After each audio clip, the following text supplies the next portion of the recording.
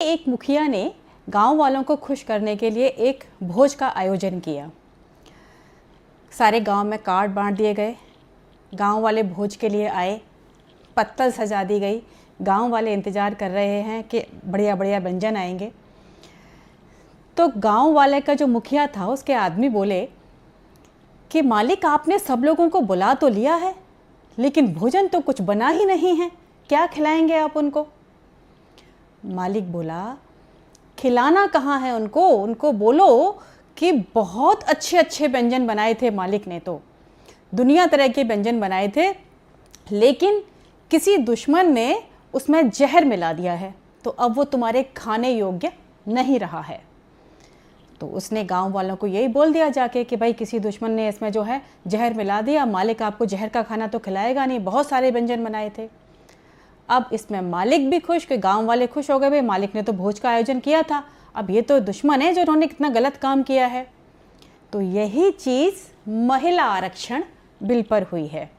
ये जो महिला आरक्षण बिल है संसद में पेश किया गया, तो पहले से ही सरकार ये जानती थी कि ये बिल पास ना तो हमको करवाना है और ना ये होना है, लेकिन हमको क्योंकि वोट बैंक चाहिए, हमको एक महिलाओं का सपोर्ट चाहिए, हमें जनता का सपोर्ट चाहिए, तो इस तरीके से इसको पेश करो कि सांप भी मर जाए और लाठी भी ना टूटे। तो उन्होंने यही किया, इस बिल को डिलिमिटेशन के साथ लेके आए। क्या जरूरत थी परिसीमन के साथ इसको लाने की?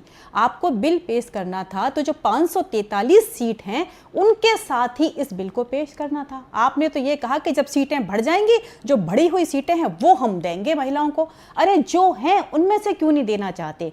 तो ऐसा होता तो 2023 में ये बिल पास हो जाता, लेकिन नहीं, क्योंकि उनको बिल पास करना ही नहीं था। अगर ये इतनी ही महिला सपोर्टर ये होती पार्टी, तो आप एक बात बताइए कि सबसे पहले शुरुआत जो है ना अपनी कैबिनेट से कीजिए। आप अपने कैबिनेट में आप जितने भी मंत्री हैं उनमें 33% महिलाओं को रखिए आप कैबिनेट में।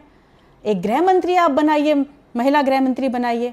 महिला के सपोर्ट में आपको काम करना है। महिला के सपोर्ट में काम करना है तो सबसे पहले आप रेप पर एक बिल बनाइए, उस पर आप आज तक बिल नहीं बना पाए। तो ये झूठे झूठे लड्डू है ना, कोई मतलब नहीं है जनता को खिलाने का। अब इसका दूसरा पहलू देखिए। अब आप राजनीतिक सारी पार्टियां एक जैसी हैं, आपको फिर ये कह रही हूँ, चाहे वो मोदी सरकार हो चाहे वो कांग्रेस हो, कोई नहीं सुनता है किसी की। सब पार्टियां एक बार सत्ता में आने के बाद सिर्फ अपने स्वार्थ के लिए काम करती हैं। अब दूसरा पहलू सुनिए इसका। महिला जो है क्या करेंगी आरक्षण लेके, मुझे एक बात बताइए। जो महिलाएं आज सदन में बैठी हुई हैं वो सिर्फ एक मोम की गुड़ियां हैं, इससे ज़्यादा वो कुछ भी नहीं है। क्योंकि जब भी कोई महिला का कोई बात आती है, कोई महिला उत्पीड़न की बात आती है या कोई घटना घटित होती है, ये जितनी भी महिलाएं वहाँ बैठी हैं, मैंने आज तक नहीं देखा कि किसी ने कोई आवाज़ उठाई हुई हो।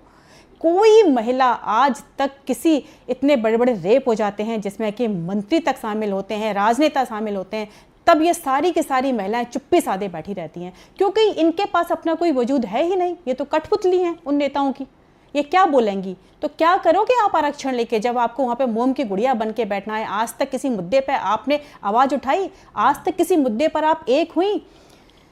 उस राजनेता ने एक बयान दिया था कि जब रेप होता है तो रेप होने पर जब महिलाएं अगर कुछ नहीं कर सके तो उसका एंजॉय कीजिए। किसने विरोध किया? इतने रेपिस्ट यहाँ भरे पड़े हैं, कौन सी महिला सांसद, कौन सी महिला एमएलए ने मिलकर एक संगठन बना के विरोध किया होगा कि महिला के सम्मान के लिए? नहीं किया ना। तो फिर आप क्या करोगे इस आरक्षण को लेके? और जिनको करना है उनको फिर किसी आरक्षण की जरूरत नहीं है। जो महिला सच में महिलाओं के लिए काम करना चाहती है ना, वो आवाज़ उठाती है, उसको किसी आरक्षण की ज़रूरत नहीं है। उसकी आवाज़ ही इतनी बुलंद होती है कि वो बिना आरक्षण के ही अपनी बात को कह देगी।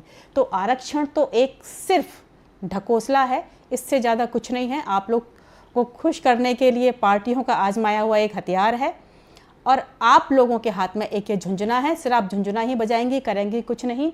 इसलिए ढकोसला है नारी बंधन, बनना होगा खुद अपने माथे का चंदन।